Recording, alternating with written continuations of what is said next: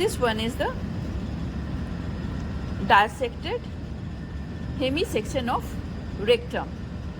It starts at the level of S2 S3 junction and going up to the tip of sacrum. This is the antero-posterior curve, this one, the first one, and this is second one, which lies at the axis of antero-posterior.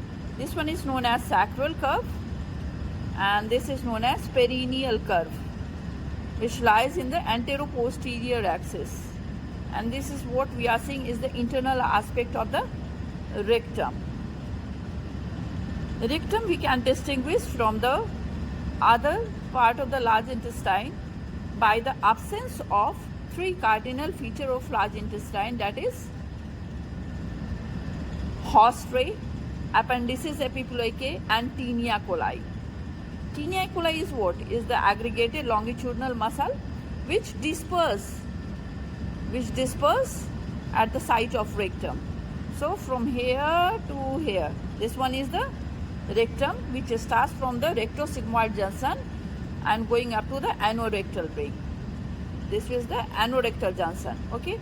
And from here to here, this one is the anal canal. What we are seeing on the internal aspect, there are many longitudinal folds. These are the longitudinal folds, and also there is circumferential fold. This is one circumferential fold. This is known as Houston valve. Okay, this is Houston valve. It is meant for providing the support to the fecal matter. Okay, and these Houston valve, there are three in number: first Houston valve, second Houston valve, and third Houston valve. They are upper, middle, and the lower. Okay, and there are many longitudinal folds. These longitudinal folds are temporary. They disappear with the distension of rectum as the fecal matter comes. But these folds, that the circumferential, or you can say transverse fold, these are the permanent fold, and this mainly gives the support to the fecal matter. Okay, and this is antero-posterior axis. And so we have seen the curves on the antero-posterior axis, and now coming to the lateral curves. This is the right hemisection of the pelvis, as well as the lower abdomen and the limb. So we are seeing the right side here. Okay, so in the right side there is, first there is, this is the convexity, this is the dilated part. Here is the first right convexity, and in the lower aspect also, this is the second right lower convexity. Okay, and this is the right side, and the left side is cut.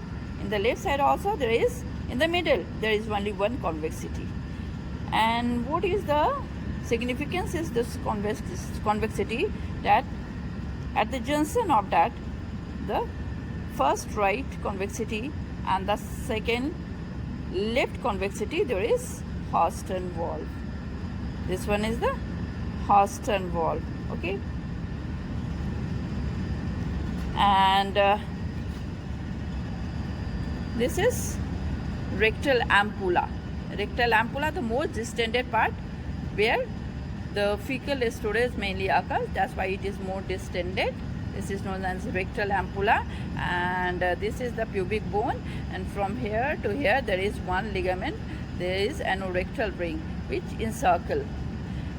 And second, I have said earlier that there is distinguishing feature of rectum from the other part of the large intestine is the absence of three cardinal feature, that is the Haustre, appendices epipleucae, and the Tinea coli. And the second one, that rectum is the retroperitoneal structure. It is attached to the posterior abdominal wall, whereas